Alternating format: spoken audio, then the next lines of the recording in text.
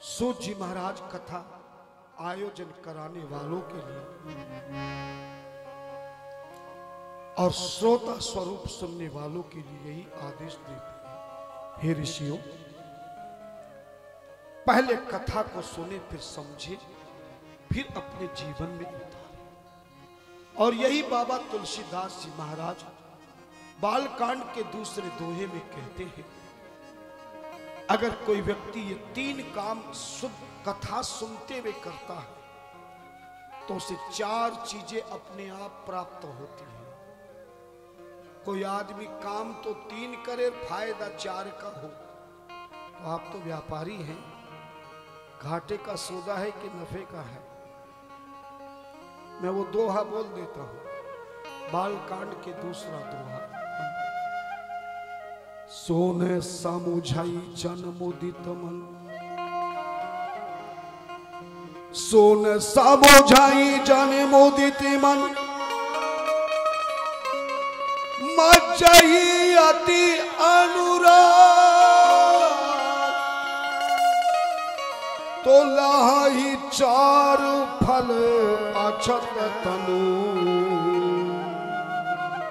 ये साधु समाज सुन समुझई जन मुदित मन, सच्ची भावना से सुने और समझे, और मज्जई अति अनुराग, और अपने जीवन में उतारे तो लही चार फल, उसे चार प्रकार का फल मिलेगा। अर्थमानी संसार की जितनी कामना है, मकान, दुकान, पकवान, मेहमान, सम्मान, ज्ञान, ध्यान, उत्थान, सब मिलेगा और धर्म भी मिलेगा। पिछले जन्म के सारे पाप, ताप, संताप सब समाप्त हो जाएंगे और धर्म कर्म से आपका जीवन परम सुख में, आनंद में, भक्ति में, कल्याण में बनेगा। अर्थ, धर्म और काम, और जितनी तुम्हारी कामना है, परिवार की कामना, कारोबार की कामना, संसार में जितने सुख साधन आप चाहते हो, हर कामना आपकी पूरी होगी। ये तीन चीजें तो जिंदा रहते हुए मिलेंगी, और चौथी मोक्ष, मरने के बाद अपने आप पहुंच जाओगे, किसी के भरोसे नहीं रहोगे। इसलिए सच्चे श्रोता बने। सूत जी महाराज से ऋषियों ने पूछा, महाराज ये शिव महापुराण की कथा का कराने का क्या विधान है? कहा कि सुनो, श्रीमद् शिव पुराण श्रवणस्य विधिं वद, एन सर्वे लभे छोटा संपूर्णम फल उत्तमम। सोनक जी महाराज कहते हैं, आप हमें शिव महापुराण की विधि विधान समझाइए कि कराने वाला कराए तो क्या क्या करे, सुनाने वाला सुनाए तो क्या क्या नियम है, और सुनने वाला सुने तो उसका क्या नियम है। सूत जी महाराज बड़े प्रसन्न हो गए। सूत उवाच, सूत जी महाराज कहते हैं, आतते संप्रवक्ष्यामि संपूर्ण फल हेतवे, विधिं शिव पुराणस्य श्रवणे सोनक मुनि। हे सोनक आदि 88,000 ऋषियों, शिव पुराण की कथा का मैं तुम्हें विधान बताता हूं। कोई भी आयोजन कराने वाले सभा, संस्था, ट्रस्ट, समिति, वही सत्संग कराती सकती है शिव पुराण का, जब उसकी उनके मन में तीन चीजें हो जाएंगी। जब तक तीन चीज का समावेश नहीं होगा, आप कितना प्रयास अभ्यास करें, पर 3 चीजों के बाद निराश हो जाएंगे। निराश के बाद उदास हो जाएंगे। बोले पहला है दृढ़ संकल्प। जैसे ही मन में संकल्प आया, किसी के द्वारा धर्म पत्नी ने कथा देखी, सुनी, टीवी पे सुनी या सोशल मीडिया पे सुना या किसी पंडाल में या किसी पड़ोसी ने, किसी मित्र ने, किसी अन्य समितियों ने बताया अमुक जगह महाराज बहुत सुंदर शिव पुराण की कथा करते हैं। मन में संकल्प हो गया, कर आएंगे। पर संकल्प 2 प्रकार का होता है, एक चल संकल्प, एक दृढ़ संकल्प। चल उसको कहते हैं रोज कहे रोज छोड़ दे, चलो फिर देखेंगे, अगले महीने तो नहीं, फिर 2 बार, अगली बार व्यापार बढ़िया चलेगा तो फिर देखेंगे। और करते करते कई साल बीत जाते, कथा होने का टाइम नहीं आता, क्योंकि संकल्प दृढ़ नहीं है। और जब दृढ़ संकल्प हो जाता, नहीं, तारीख निश्चित करो, महाराज को सूचना दे करके पक्का करो, कथा होनी है। जब ऐसा संकल्प हो जाता है, तब ऐसे आयोजन कराने का समय कराने वाली आयोजक समिति को प्राप्त होता है। अब दृढ़ संकल्प तो हो गया, पर हमने क्रिया नहीं की। क्रिया की दृढ़ क्रिया होनी चाहिए। क्रिया का मतलब उसकी तैयारी। महाराज को फोन लगाओ, बुलाओ, क्या क्या व्यवस्थाएं होंगी, उन क्रियाओं को आपने दृढ़ता से प्रारंभ कर दिया। ये 2 चीजें तो आपके हाथ में है, मगर फिर भी तीसरी चीज, कोई कितना दृढ़ संकल्प कर ले, कोई कितनी दृढ़ क्रिया कर ले, पर तीसरी क्रिया है ईश्वर की कृपा। उसकी कृपा के बिना बड़े बड़े संकल्प और बड़ी बड़ी क्रियाएं समाप्त हो जाती। ये 3 चीजों का जब समावेश होता है, दृढ़ संकल्प, दृढ़ क्रिया और ईश्वर कृपा, जब 3 चीजें होती हैं, तब आयोजक समिति का आयोजन परम शुभ कार्य से परम लाभदायक होकर परम सफलता के शीर्ष पर पहुंचता है और जनमानस को कल्याण का मार्ग देता है। इसलिए पहले ये 3 काम होना चाहिए।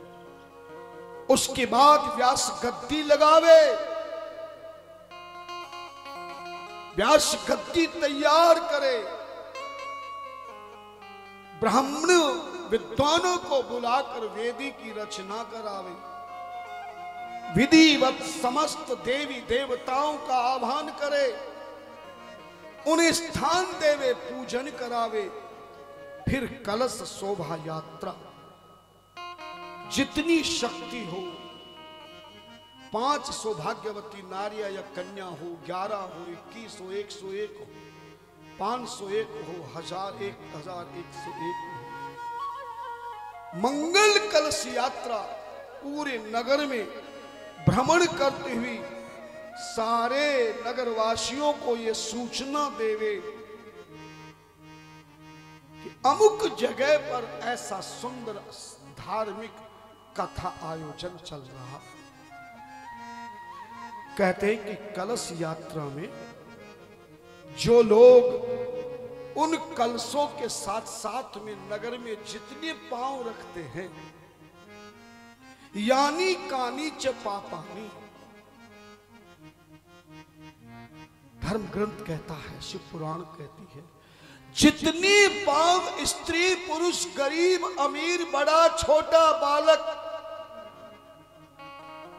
जो भी उस शोभा यात्रा को प्रसन्नता से नाचता हुआ गाता हुआ, जितने पांव वो जमीन पर पांव कदम रखता है, उतने कदम के जन्मों के सारे पाप उसी समय समाप्त होते रहते हैं।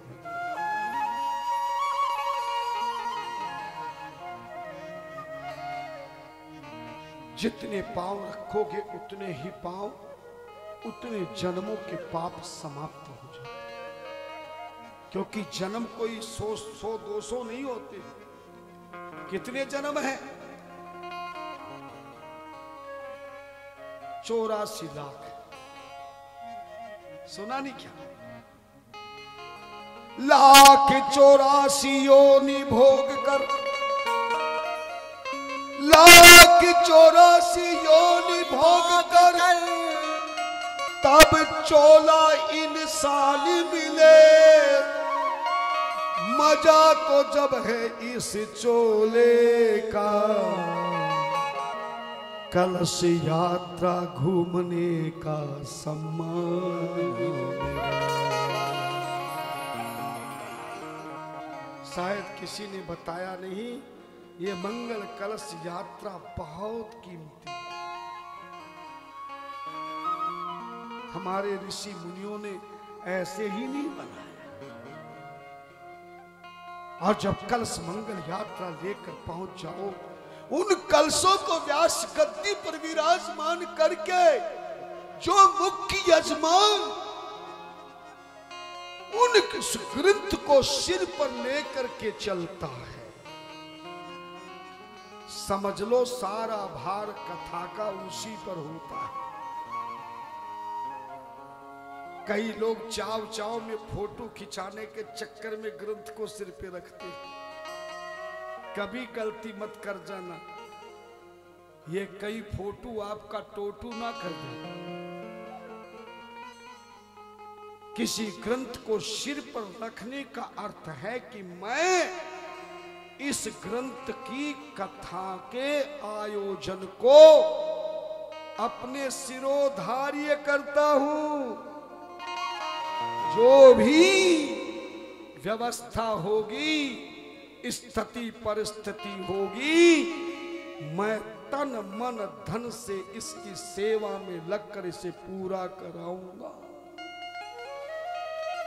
इसलिए सर पर ग्रंथ उसी को लेना चाहिए जो इस भार को सहन करने की शक्ति और उस आयोजन के प्रति, कथा व्यास के प्रति सच्ची भक्ति रखता है। तभी उसे इस ग्रंथ के सम्मान की युक्ति मिलेगी और सम्मान की युक्ति के साथ भोलेनाथ की भक्ति मिलेगी और सारे कष्टों से, दुखों से, दरिद्रता से, चिंताओं से मुक्ति मिलेगी। और जब ग्रंथ को लाकर व्यास गद्दी पर रखे, सूत जी कहते हैं, तो पूजन किया जाता है, प्रतिष्ठित किया जाता है।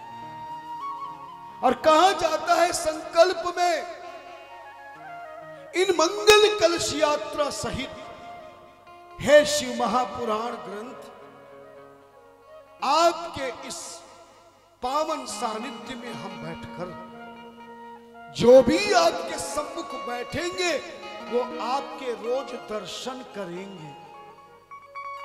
और व्यास गद्दी पर बैठने वाला संत अपने दर्शन और वाणी से आपके अंदर जो ज्ञान छिपा है, वो ज्ञान हमें अपनी मुखार बिंदु से सुनाएगा, हमारे जीवन के कष्टों से, दुखों को भगाएगा, हमारे सोए भाग्य को जगाएगा और हमें भोलेनाथ के चरणों का भक्त बनाएगा। ऐसा मन में करके पूजन किया जाए। फिर व्यास गद्दी पर बैठे, व्यास को कहे कि ये व्यास गद्दी परम उच्च कोटि की है। इस व्यास गद्दी पर बैठने वाला कोई वक्ता किसी जाति का हो, किसी धर्म का हो, वही बैठ सकता है जो कुछ बोल सकता है। खड़े होकर माइक पर बोलना या किसी सभा को संबोधित करना वो कार्य अलग होता है, लेकिन व्यास गद्दी का नियम है। इस व्यास गद्दी पे जो व्यास एक बार बैठ गया, उससे बड़ा इंसान तो छोड़ो, उससे बड़ा भगवान भी नहीं होता, क्योंकि व्यास गद्दी पर बैठने वाला गुरु कहलाता है। और गुरु का अर्थ है गो माने अंधकार, रू माने उजाला, जो अंधकार को मिटाकर अपनी वाणी के प्रकाश से हमें विकास दे, विश्वास दे, हमारे जीवन को मुक्ति, कष्टों की मुक्ति का प्रयास करे।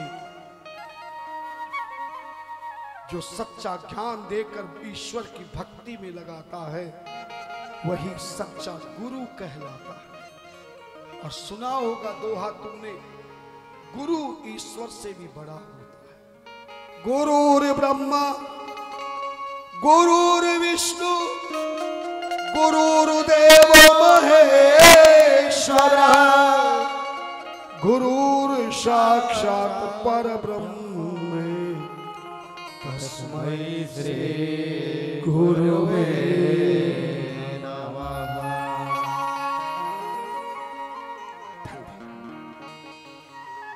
और उस गुरु महाराज को व्यास गद्दी पर बिठाकर,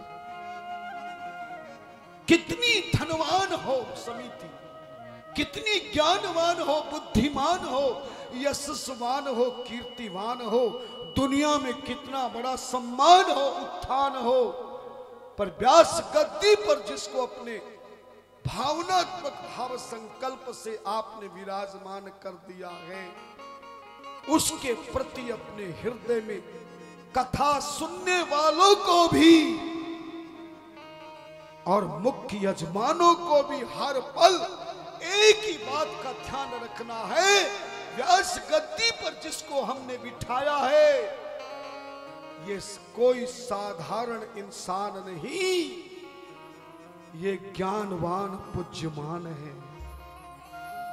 और जो उनके चरणों में बैठ करके अगर सच्चे मन से रोजाना कथा सुनते हुए एक ही बात कह देता है तो मैं 100% गारंटी देता हूं कथा का उसी को फल मिलता है।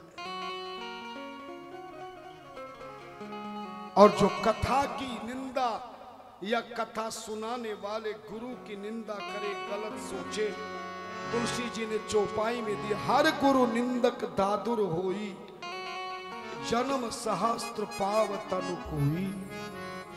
मुख्य यजमान हो या श्रोता रूप में हो, संसार का कितना बड़ा पद उसे मिल जाए, पर हर मानी शिव की निंदा और गुरु मानी व्यास गद्दी पर जो ज्ञान दे रहा है उसकी निंदा करे, अपमान करे, गलत भाव बनाए तो दूसरे जन्म में फिर उसको ऐसा मौका नहीं मिलेगा। हर गुरु निंदक दादुर होई, दूसरे जन्म में मेढक का जन्म होगा। लेकिन जो व्यास जी के प्रति सच्चा समर्पित हो जाए, अपने आप को समर्पण कर दे, महाराज घर बार छोड़ के, परिवार छोड़ के, कारोबार छोड़कर हम आपके इस सत्संग के पंडाल में मुख्य यजमान के रूप में, सच्चे श्रोता के सम्मान के रूप में आपसे ज्ञान लेने आए हैं। आप ऐसा ज्ञान दीजिए, ऐसा ध्यान दीजिए कि मेरे जीवन का कल्याण हो जाए और मेरे ऊपर मुझे भगवान मिल जाए।